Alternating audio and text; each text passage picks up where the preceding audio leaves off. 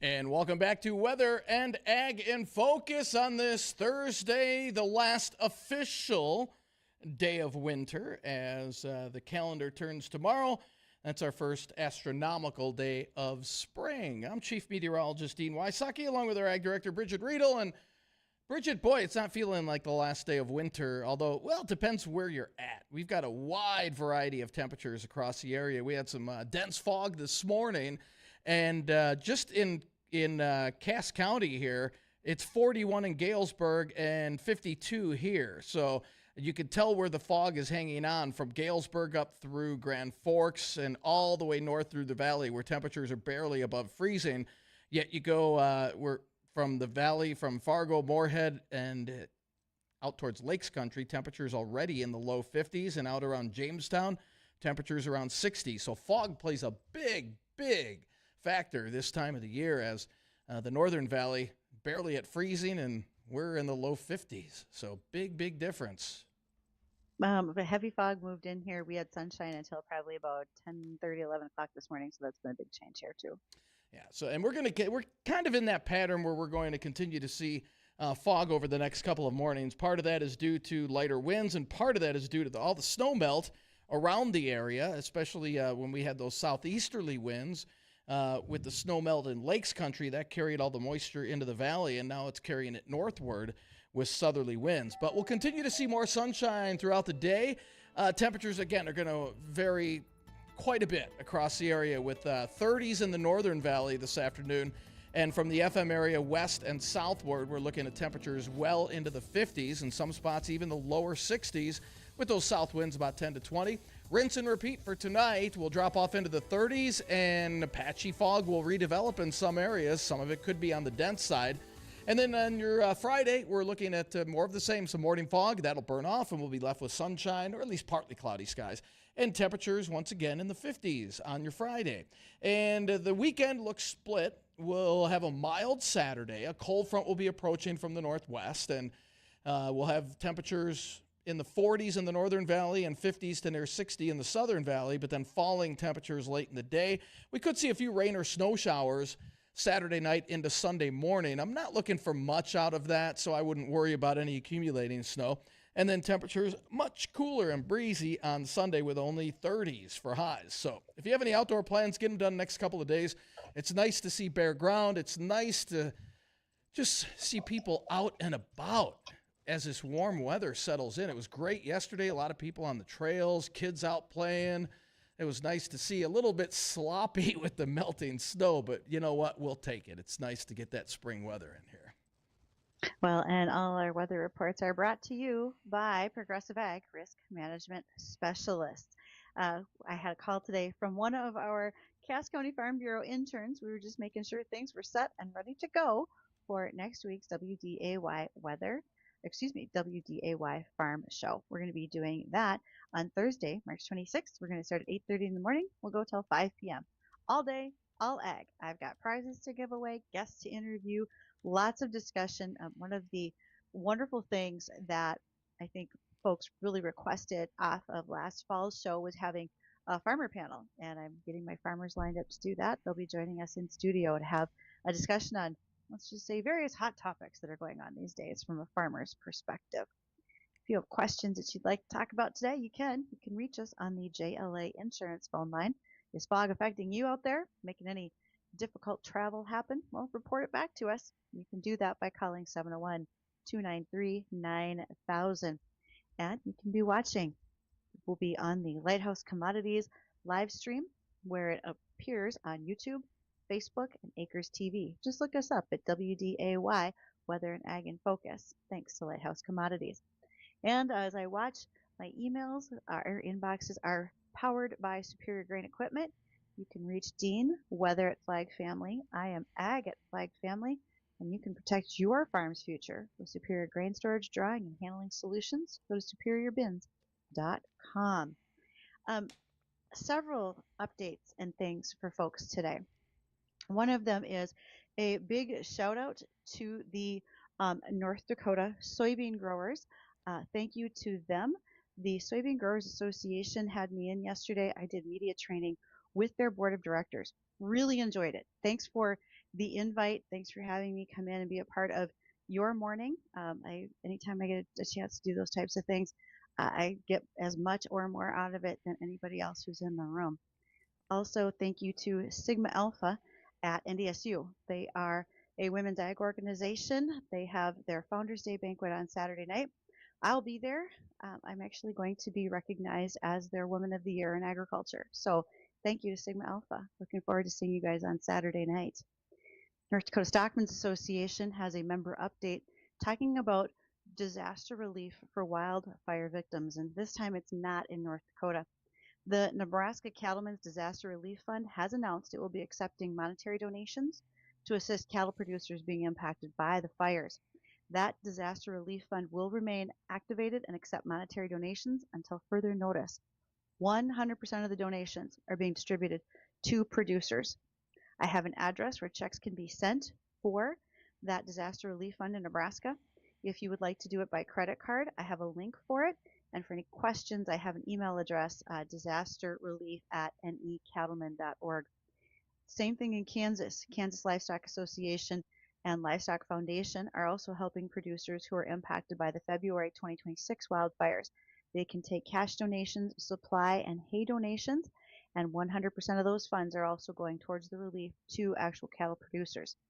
Also, Oklahoma Cattlemen's Foundation has established a relief fund for their folks as well. Of those 3 states, Nebraska's is by far the largest, but that doesn't mean that the economic impact was distributed in any specific way. Those affected were affected heavily. Things happened very fast for them with the winds that we had over dry plant material. Fires ramped up very quickly. Nebraska is still very much non-contained. They are looking at probably pushing 600,000 acres before too terribly long, whereas the Kansas and Oklahoma fires, those combined, I believe, were somewhere around 300,000 acres. So if you combine that with what we had about a year and a half ago for our wildfires in North Dakota, we've easily had wildfires covering 1 million acres of rangeland across the central states in the U.S. That's terrible, and it's not going to get any better, unfortunately, Bridgette, with this heat. I mean, look, western Nebraska by the end of this week are expected to have temperatures in the mid 90s. That's more conducive for July. I mean, and this is going to continue according to the LRC as we head throughout the whole summer, and that's horrible to hear. Oh, Oklahoma will hit 95 by this week, by Friday, which is tomorrow as well. It's crazy. But temperature is one thing. This can happen due to lightning strikes. It can certainly happen due to something that's caused by humans. But additionally, if we don't have rain in sight, we certainly were hoping that the snow this past weekend would have impacted Nebraska, but it didn't. It didn't stop that wildfire. So we can only hope for the best. And unfortunately, the winds. Would love to see the winds die down. Yeah, no doubt, no doubt. North Dakota Ag Commissioner Doug Goring has been made aware that producers who operate permitted livestock facilities in North Dakota, permitted facilities mean that you're permitted for a larger number of head, particularly in a confinement facility like hogs, than other producers across the state. So Commissioner Goring has been made aware that producers operating permitted livestock facilities have been receiving letters from the North Dakota Department of Environmental Quality telling them of an open records request about their facility. According to Commissioner Goring, while the letters correctly state that no action is required on the part of the producer, there has been confusion. Producers are not subject to open records request, but they may feel the need to contact the group that's listed. Please understand, the group requesting information is a non-governmental organization. If producers have any questions, they should contact the Department of Environmental Quality at the state capitol. They do not want to contact that non-governmental organization. The requests are being made by the Dakota Resource Council. They are an environmental organization, supposedly, as they call themselves, who is generally opposed to typical agricultural operations in the state of North Dakota. Do not respond back to them. That is listed on the request, but instead your questions need to go to the Department of Environmental Quality at 701-328-5237. We have a full day with one of our very favorite folks returning, and that is Angie Johnson. She is the farm and safety specialist for NDSU. Angie has plenty of upcoming things that we want to be talking about, particularly as we get through calving and our spring planting season and so much more. So, when we return from hearing the livestock market report from the American Ag Network, we'll be joined by Angie, and I look forward to our conversation, so stay tuned.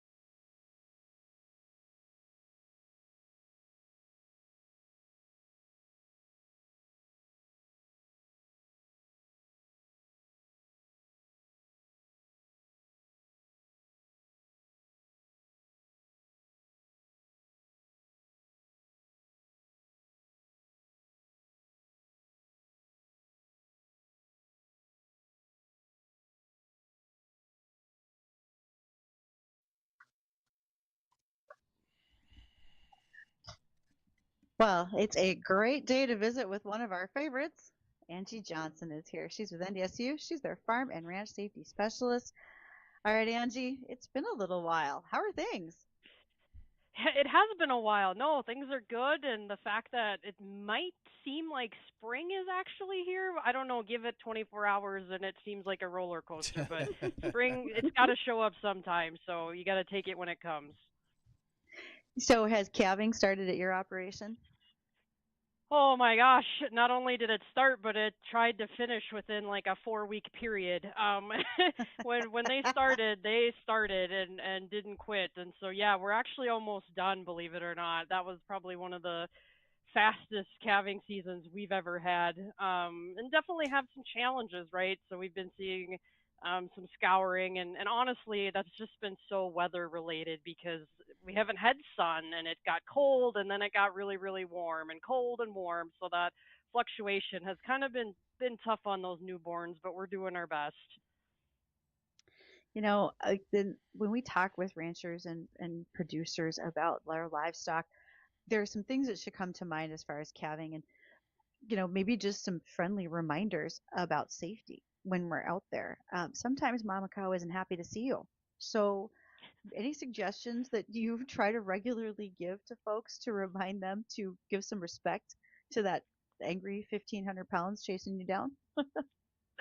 Yeah, no, that's we laugh, but it's so true. I mean, I've seen cases where, producers, including myself, raised a bottle calf, right? So raised it from birth, and it became a pet, and you turn it into a mama cow, and the minute she calves, she's no longer a pet anymore. And so you bring up an excellent point that when these animals give birth, their response is to protect that young at all costs. And so really needing to be respectful, and ranchers know that, but usually when you kickstart the season, it's just those simple things you forget, right? So we're always walking amongst our cows, and for we don't keep anything Mhm. that's mean. We just don't have a tolerance for it. It's not worth getting hurt over a cow. And so just being mindful that they might be perfectly fine as you walk through, but the minute they calve, their temperament can and will change. And typically, if it's a good cow, she's there to protect her young. And as soon as that calf gets a little older, then everybody tends to settle down a little bit. But there are some high-strung cows out there that, the market's good. Call it. If she's mean, there's no reason to keep her around. That's a big point is, attitude, right?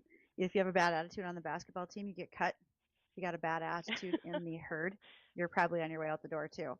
And I bring up the safety factor because unfortunately I know more folks that have been injured because of that too trusting or not paying enough attention, right? You get focused on the calf, get that calf up. Maybe they look a little bit weak and you're trying to get mom to nurse.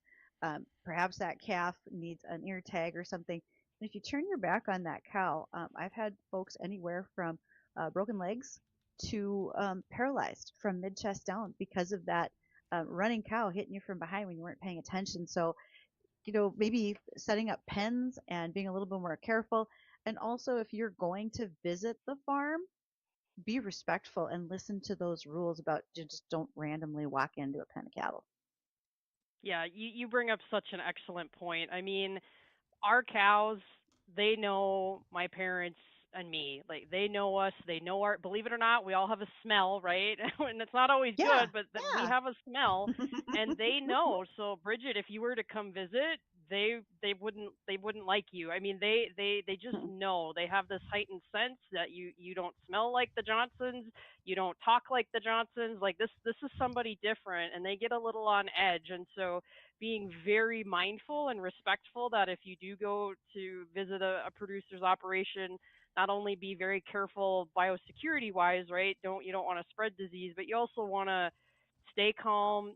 Screaming children really get cows upset. And so if you have kiddos Yeah. along, make sure that you're keeping them calm, because the moment you start getting laughter and those shrilling fun screams, that can really set a cow off. And you brought up a really good point too about, so just for example, what we do is just the old hip roof barn, right? It's nothing fancy, Hmm. but that's where we cabin. And so we are very diligent about how we set up calving pens, and we want to make sure that we always have an escape route. And yes, we try really hard to keep, you know, nicely tempered cows, but like I said earlier, when they calve, they change. It's just part of nature. Their job is to protect that calf at all costs. And so the way we set up our pens helps us be prepared that if we do have a cow that's a little more hot tempered after she calves, we know exactly how to handle her without having to get in the pen with her. And so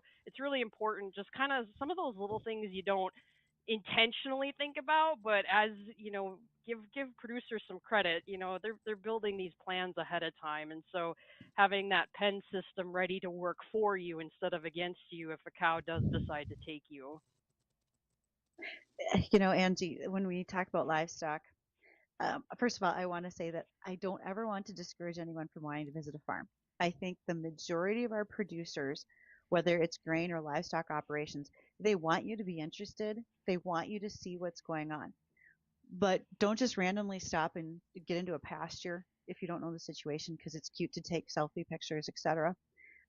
Make sure that when you are stopping at a farm, that you don't just pull in the yard and then immediately go to the pens and start, being around the livestock. Find someone and ask those questions. It's no different than I don't just walk into your backyard and start playing on your swing set, right? I want to ask, and because I want to make sure that we're all safe out there. So I don't want to discourage people from wanting to see the farmsteads, but I want to encourage them to understand the risks and the respectability that should go along with that, if that's a fair statement. Absolutely no, and we never want to discourage that. I mean, we have a lot of families that want to come and look at the baby lambs and the newborn calves, which, like you said, there's no issue. We just need to take some extra steps in how we approach the fence and how we talk and don't run up to fence like you said. I mean, that can take a herd and just completely spook them, and they know that fence isn't permanent and so they have no problem going through it if they get that scared. And so you're spot on. It's just being really respectful and kind of taking that next step in terms of animals behave differently when it's not their owners that are around them. These are some of the things that Angie talks about when hosting the NDSU safety camps for students. And I know that the new camp dates and locations have been announced. That's one of the things that we want to talk about with Angie today. Also, if there are any other upcoming extension events that are going to be happening. And after we hear our news break, Angie, I think this kind of ties into you have maybe some time for us to discuss security for your farm and ranch when it comes to protecting yourself versus those who mean harm. And by that, sometimes it could be theft, sometimes it could be animal activists. So we're going to talk about farm safety, extension events, and also protecting our operations with Angie Johnson, NDSU Farm and Ranch Safety Specialist.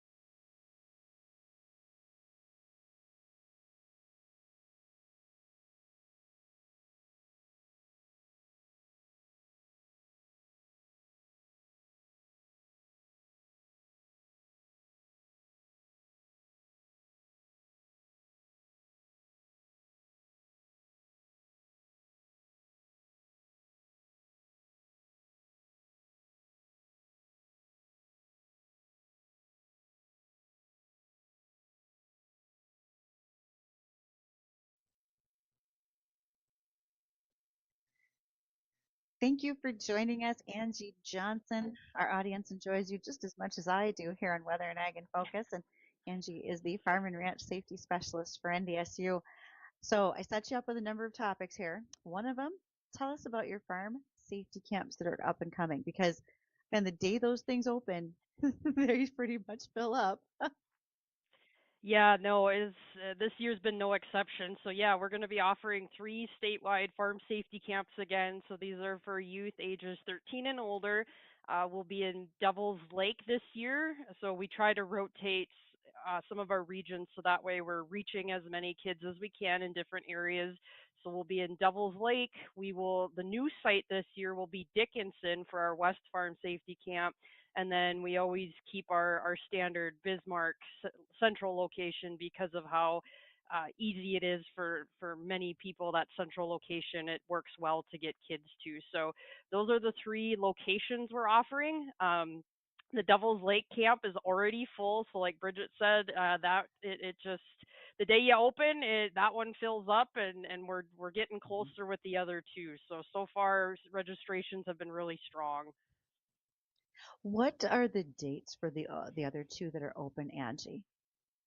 Absolutely. So the West Farm Safety Camp in Dickinson, that will be June 2nd through the 4th. And then our Central Farm Safety Camp in Bismarck will be June 23rd through the 25th. Okay, got it. All right, that helps out tremendously to keep up with where you're going to be. For parents who might be listening and thinking, I don't know, my kid knows how to drive a tractor and I taught him not to, stick their arm on a PTO. Wait a sec. It's more than just that, right? What are some of the topics you're covering at the safety camps?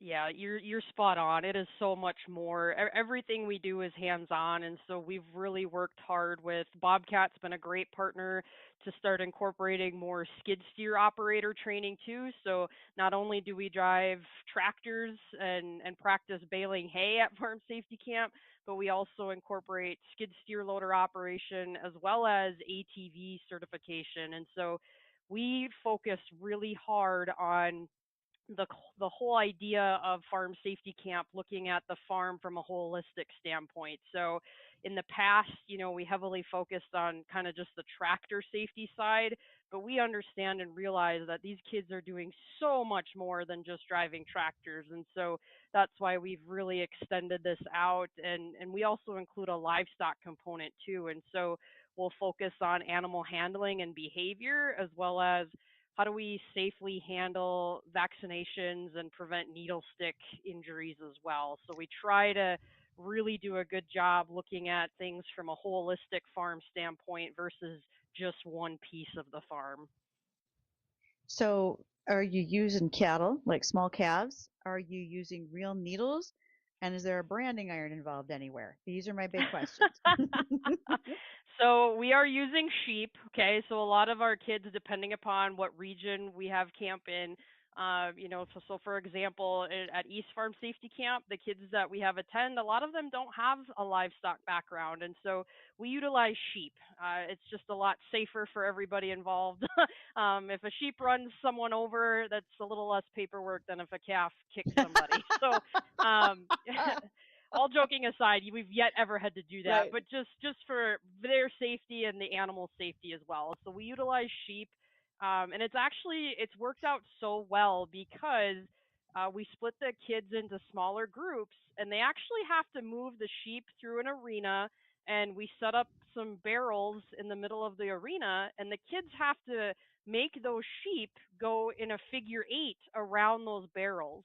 Now, it sounds impossible, but if you have teamwork and if you understand animal behavior, it flows just perfectly. And so the first few tries, we always have really frustrated kids, right? Because it's not working. The sheep just go everywhere. And so usually what's happened is we've got at least one person that has a little bit of livestock experience, and they finally tell everybody, just stop and let's put a plan together. I need you to stand here. I need you to stand here.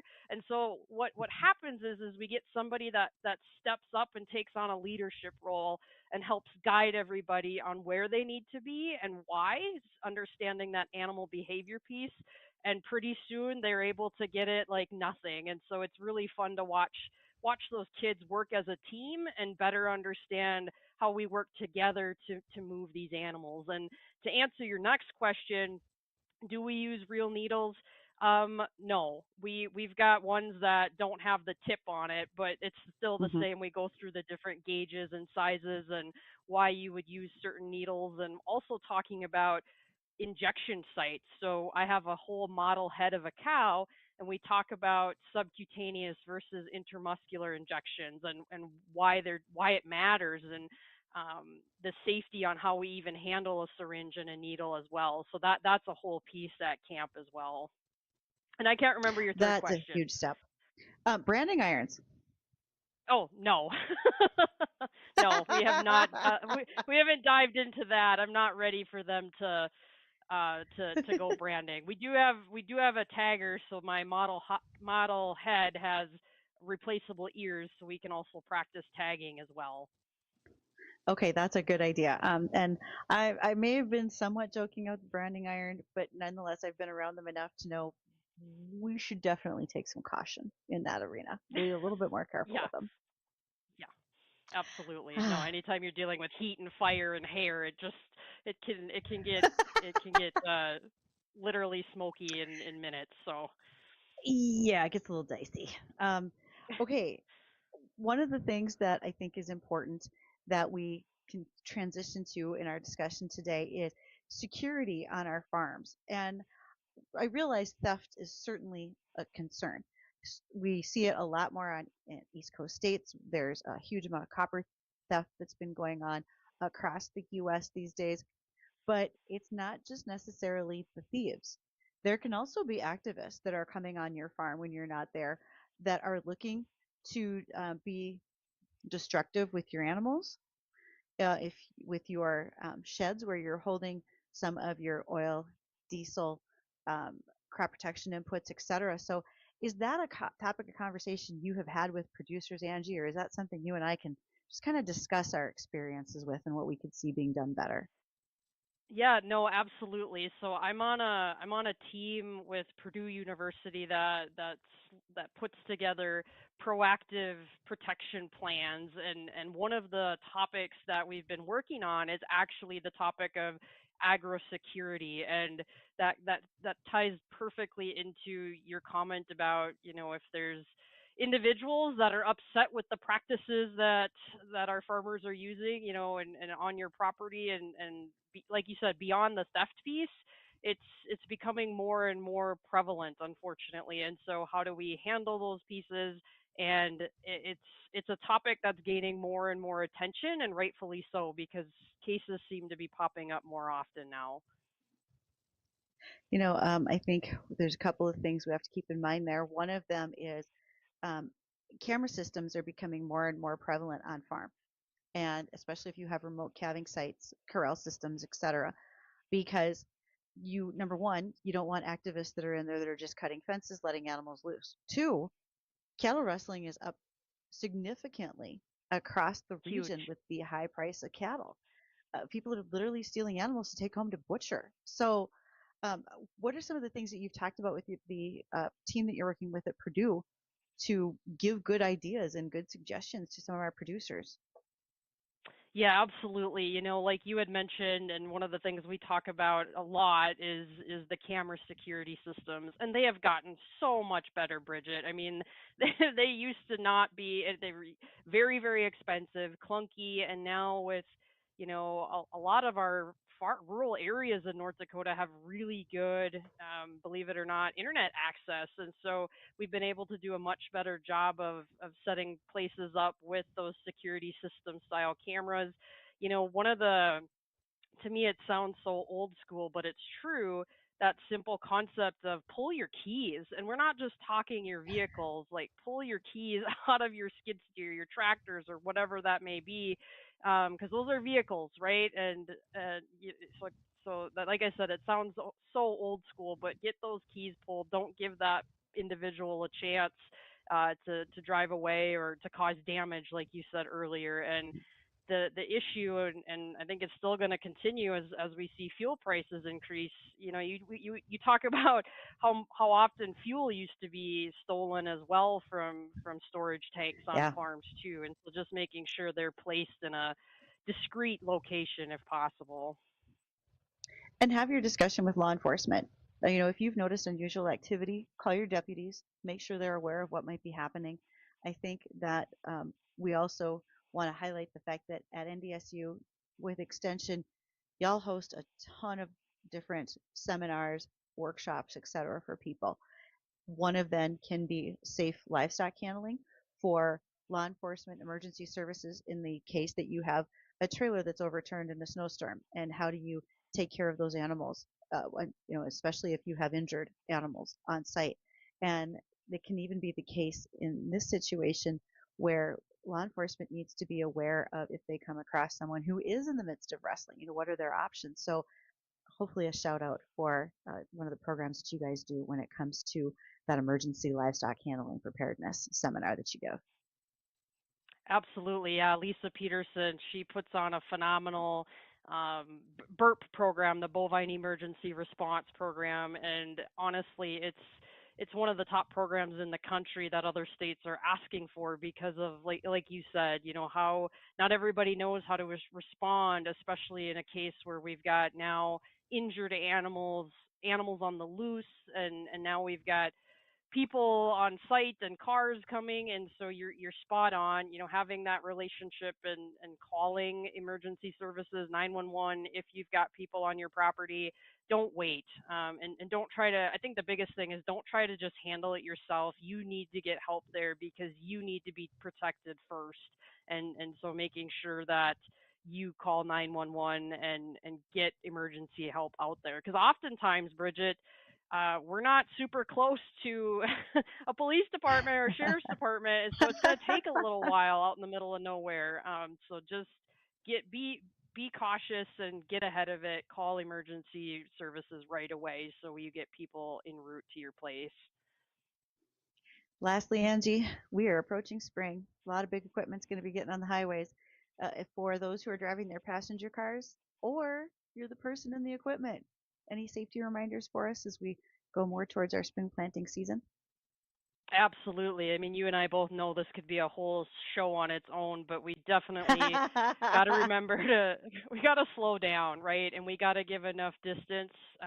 Oftentimes rear end crashes get to be probably one of the more common types of crashes we see with farm equipment, simply because the tractor might only be going 20 miles an hour, and then you have a car coming from behind that's going 65, 70, and by the time you realize and come up upon that piece of equipment, it's too late to be able to slow down, and so that typically it results in a rear end crash. So you really need to slow down, be patient, and only pass when it's safe to do so. And Bridgette and I talk a lot about you can't just assume that farm operator in the tractor is going to turn at a traditional intersection. Oftentimes they're going to be turning in a random grassy field approach, and so you need to be mindful and think ahead that there might be a left-hand turn in this tractor's future, and so it's not going to be safe to pass. So be that defensive driver, think a couple steps ahead,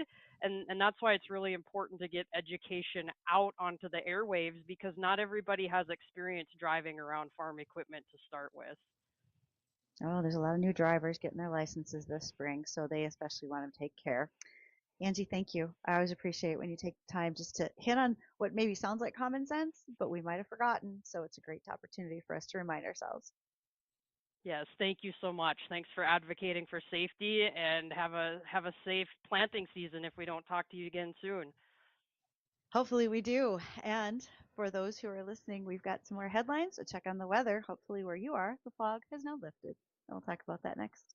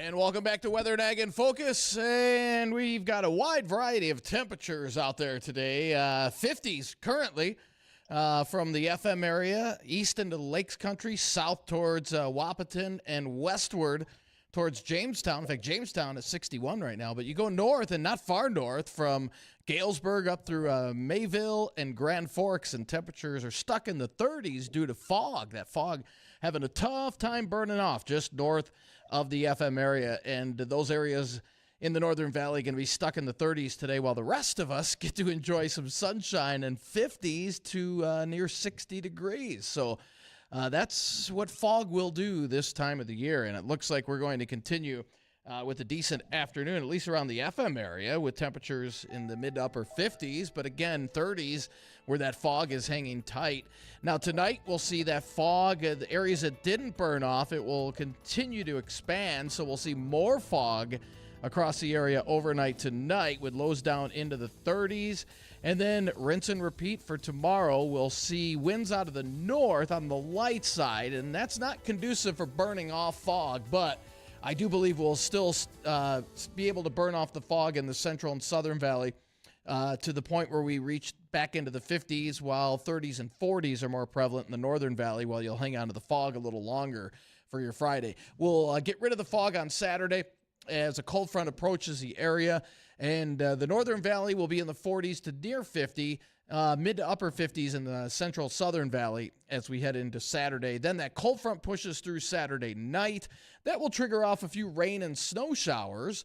I'm not looking for any accumulation. Some areas could pick up a dust stain, but that's about it. But much colder weather. And by colder, we're just returning back to normal with temperatures, it looks like, in the mid-upper 30s on Sunday. And then we warm right back up as we head into next week. By the middle of next week, we're back into the 50s. And then by the end of next week, we're back in the 20s and 30s. So that roller coaster ride will continue over the next week to 10 days.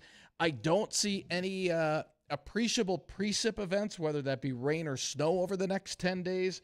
But again, the LRC does have something on the horizon towards the end of the month, and then another system that first week in April. So I don't believe we're done with the snow yet in our area. And the good news is, though, we're going to start seeing more and more of these spring-like temperatures, which is good news. And again, let's get these warm spring-like temperatures. Again, that frost depth is still about 10 to 12 inches across the area. So let's melt that off, and then let's get our appreciable precip that we need so we can soak that in instead of running that off. That would help a heck of a lot more than if we got it now. Well, as one of the things that we are keeping an eye on has certainly been the discussion about the New World screwworm at the Mexican border. Still below the border. We haven't had a detection in the States, but at Moore Air Force Base in Texas, the sterile fly production facility has now been declared operational. It's been completed. The facility will expand USDA's ability to disperse those sterile flies along the border to prevent travel into the United States by the actual screwworm. So again, for those who may not recall, this is a fly that will lay its larvae in any type of an open wound on a mammal. So we're talking deer, cattle, sheep, hogs, etc. if that animal has a scratch. If there's a puncture wound from a vaccination or an ear tag, that fly will lay eggs in the opening, and the eggs will hatch, and then they feed on the healthy tissue. Oftentimes you see this type of situation where it feeds on necrotic tissue, but that is not the case here. It feeds on healthy tissue. Newborn calves can be completely engulfed, if you will, within a 24-hour period if left unchecked. There has also been an approval by the FDA for a new spray-on item that you could spray that puncture wound, like if you just did a vaccination, if you did an ear tag, anything like that, that would be a repellent from the fly to keep that fly from laying her eggs in the animal's hide. So that dispersal facility took a little bit of time, but that was something that came up and running fairly quickly. The U.S. is also involved in other facilities in Mexico. Let me see if I can remember. Oh, Tampico, Mexico, but then also in Panama, because we had helped to eradicate that situation back in the late 60s, but here we are again with the concern over what might be happening with the New World screwworm. Haven't seen them cross our border yet, and I think many of us would very much like to keep it that way. No doubt, no doubt. Well, that'll do it for today's version of Weather and Ag in Focus. I want to thank everybody for joining us. Don't go anywhere. The number one show in the USA, the Jay Thomas Show. That's right. It just moved up to number one. That's coming up next.